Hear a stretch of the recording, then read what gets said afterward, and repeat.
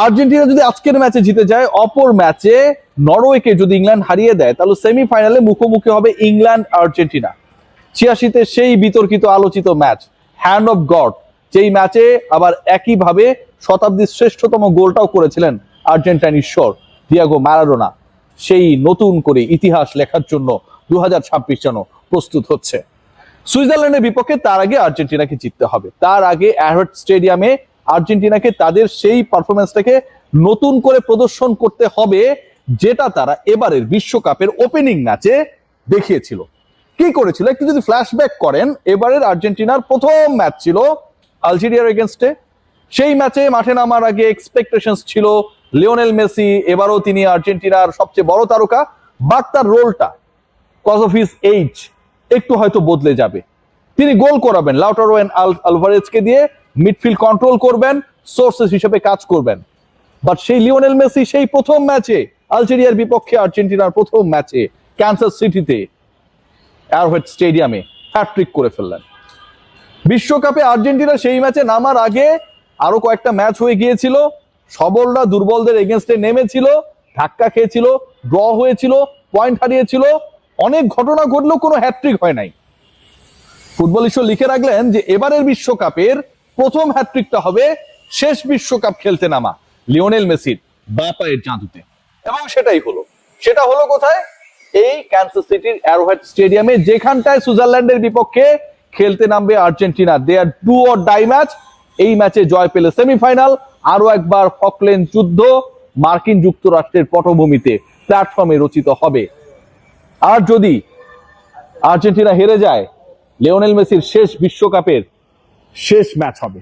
Let's see what happen. তবে তার আগে তো অনেক বেশি ইন্সপায়ার্ড এই দলটা, তার আগে অনেক বেশি পরিসংখ্যান তাদের পক্ষে, তার আগে অনেক বেশি উদ্বুদ্ধ হয়ে আর্জেন্টিনা এই ম্যাচে নামবে। প্রথম কারণ যেটা, সেটা হচ্ছে এই দুই দলের মধ্যে 7 ম্যাচে খেলা হয়েছিল এর আগে previously. The first match they played, সেটা হচ্ছে 1966-তে সম্ভবত। 66-র সেই ম্যাচে 2-0 গোলে আর্জেন্টিনা জিতেছিল। লাস্ট ম্যাচ খেলেছিল 2014-তে, এবং 2014-র সেই ব্রাজিল ওয়ার্ল্ড কাপে আর্জেন্টিনার জয় সুইজারল্যান্ডে গেছে এগেইন। 7 ম্যাচের পরিসংখ্যানে 5 বার জিতেছে আর্জেন্টিনা, 2টা ম্যাচ ড্র হয়েছে। সুইজারল্যান্ড কখনো আর্জেন্টিনাকে হারাতে পারে নাই, যেমনটা ব্রাজিল কখনো নরওয়েকে হারাতে পারে নাই। সো এই যে ইতিহাস, সেটা আর্জেন্টিনার এই ম্যাচে নামার আগে সেকেন্ড ইন্সপিরেশন। ফার্স্ট ইন্সপিরেশন কি? প্রথম অনুপ্রেরণা কি? প্রথম অনুপ্রেরণা হয়েছে আর্জেন্টিনা গ্রুপ পর্বে 3 ম্যাচ খেলেছে, তারপর রাউন্ড অফ 32 ম্যাচ খেলেছে, রাউন্ড অফ 16 ম্যাচ খেলেছে, টোটাল 5টা ম্যাচ খেলেছে। এই যে 5 ম্যাচ আর্জেন্টিনা খেলেছে, সেই 5 ম্যাচের মধ্যে সবচেয়ে নির্বিঘ্ন ম্যাচ খেলেছে কোনটা? সবচেয়ে আরামদায়ক ম্যাচ খেলেছে কোনটা? টেনশন ফ্রি ম্যাচ খেলেছে কোনটা? That was their very first match, এই একই পিচে, অ্যারোহেড স্টেডিয়ামের একই পিচে, যেটা তাদের সবচেয়ে বড় inspiration before this do or die match against Switzerland. অস্বস্তির জায়গাও আছে। এই ম্যাচ এই বিশ্বকাপের সবচেয়ে বড় ক্যারেক্টার হয়ে যাওয়া, এমবাপ্পে, মেসি, নেইমার, কিংবা যারা রয়েছে হ্যারি কেইনের কথা বলতে পারেন, হল্যান্ডের কথা বলতে পারেন, সবার থেকেই সবচেয়ে বড় ক্যারেক্টার কে? The one and only Gianni Infantino. FIFA বসের দেশের বিপক্ষে আর্জেন্টিনা খেলতে নামবে, বস কোন দিকে যাবে? আর্জেন্টিনা জিতলে বলা হবে যে শালা রাজাকার, নিজের দেশ ছেড়ে এবার সে আর্জেন্টিনার পক্ষে গেছে।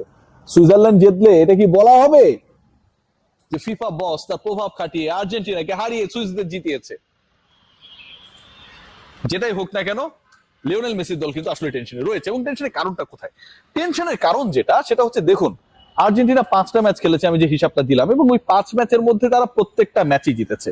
But if you look at the score line of last 2 matches, Cape ভার্দের এগেইনস্টে একটা সময় ছিল 1-1, একটা সময় ছিল 2-2, and finally they got the win 3-2-তে। কেপ ভার্দের এগেইনস্টে আপনি যখন 3-2-এ জিতবেন, এবং এক্সপেক্ট করা হচ্ছিল যে আর্জেন্টিনার উইনিং মার্জিনটা আরো বড় হবে, যারা রেগুলার স্কোরার তারা গোল পাবেন, এই ঘটনাটা যখন ঘটলো না, আলভারেজরা আরো একবার, মার্টিনেজরা আরো একবার তাদের রোল প্রপারলি প্লে করতে ব্যর্থ হলেন। যখন উসমান ডেম্বেলেরা গোল করছেন, এমবাপ্পেরা গোল করছেন, ওই জায়গাটায় ঠিক আলভারেজ এবং মার্টিনেজ তারা আর্জেন্টিনার হয়ে সেই রোলটা প্লে করতে ব্যর্থ হলেন। সেটা আর্জেন্টিনার একটা টেনশনের কারণ হয়ে দাঁড়ায়। এবং পরের ম্যাচে এই টেনশনটা, ভাই, আগের টেনশনটা যদি হামজা রুস্তম হয়, তাহলে পরের টেনশনটা হয়ে গেছে টাইটানিকের সমান। পরের টেনশনটা এতটা এক্সিলারেট করেছিল that till the 79th minute all were thinking that Argentina is going to lose their match against Egypt. Round of 16 থেকেই তাদের সকল স্বপ্ন শেষ। যখন সেটা মোটামুটি স্টাফ লিস্ট, ঠিক তখন লিওনেল মেসির 259 সেকেন্ডের সেই ম্যাজিক। প্রথমে তিনি গোল করালেন, আবার সেই ক্রিস্টিয়ান রোমেরো যিনি আগের ম্যাচে লাস্ট গোলটা করেছিলেন, যদিও সেটাকে ওন গোল বলা হচ্ছে, পরের গোলটা তিনি করলেন। 4 মিনিটের মধ্যে আর্জেন্টিনা 4 মিনিট 29 সেকেন্ডের মধ্যে 2-0 পিছিয়ে থেকে 2-2 হয়ে গেল। ফাইনালি আরো এক গোল হলো, Argentina goat the win. But যেভাবে আর্জেন্টিনা এই লাস্ট দুইটা ম্যাচ খেললেন এবং যেভাবে তাদের গোল করার দায়িত্ব যাদের, তারা গোল করতে ব্যর্থ হচ্ছেন, গোল ঠেকানোর দায়িত্ব যার বা যাদের, তারা ঠেকাতে ব্যর্থ হচ্ছেন, সেটা তো সবচেয়ে বড় টেনশন। আলভারেজ মার্টিনেজরা গোল পাচ্ছেন না, এমি মার্টিনেজ গোল ঠেকাতে পারছেন না। সবশেষ 3 ম্যাচে আর্জেন্টিনা 5টা গোল রিসিভ করেছে, ওয়াইল স্পেনের গোলকিপার লাস্ট ম্যাচে গোল খাবার আগ পর্যন্ত 650 মিনিট গোল রিসিভ করে নাই। তার মানে কতটা বাজে অবস্থা কিপিং এন্ড ডিফেন্সে, কতটা বাজে অবস্থা স্ট্রাইকিং এন্ডে, যেখানটা লিওনেল মেসি 8টা গোল করেছেন, বাকিদের কোনো খবর নাই। সো এই ম্যাচে নামার আগে Switzerland definitely better team than Cape Verde, than Egypt. এটা তো অনেক বড় টেনশনের জায়গা। বাট একটা জায়গা বড় স্বস্তি, ওই যে একটা নাম আছে না, লিওনেল মেসি। মানে যখন কোনো কিছু হবে না, ঝামেলা হবে, মনে হবে যে এই ম্যাচটার রেজাল্ট এখানেই শেষ, আর্জেন্টিনা কামব্যাক করতে পারবে না, ঠিক তখন একটা জায়গায় যখন সবাই ফিল করতে পারে that a player used to play for this team, used to deliver his best for this team, and the player is Lionel Messi, তখন এই টেনশন গুলো দূরে চলে যায়। End of the day, you have to remember the name of the winner. What is the score line and the margin? You never know. এটা কোনো issue করে না। সো ওই লিওনেল মেসির প্রেজেন্সটাই আমার কাছে মনে হয় আজকের ম্যাচের সবচেয়ে বড় important part. And again, Argentina তার উপর ডিপেন্ডেন্ট হবে। বাট এগেইন, যারা আর্জেন্টিনান ফ্যান, তারা চাইবে যে আসলে বেশি ইম্পর্টেন্ট যেটা হচ্ছে বাকিরাও যেন স্কোর করে, আর্জেন্টিনা যেন একটা স্মুথ ম্যাচ খেলতে পারে, ডিফেন্সের পরীক্ষায় পাস করতে পারে, কিপিং এর পরীক্ষায় যেন মার্টিনেজ ভালো করতে পারে, স্কোরিং এর পরীক্ষায়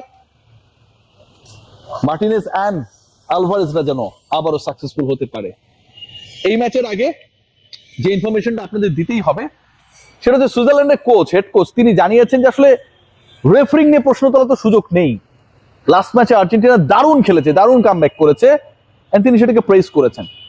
সবচেয়ে বড় সুপারস্টার শাকা সুইজারল্যান্ডে, তিনি জানাচ্ছেন এই আর্জেন্টিনা অদম্য, লিওনেল মেসি অনেক বড় একটা ফ্যাক্টর হবে এই ম্যাচের রেজাল্ট ডিসাইড করার ক্ষেত্রে।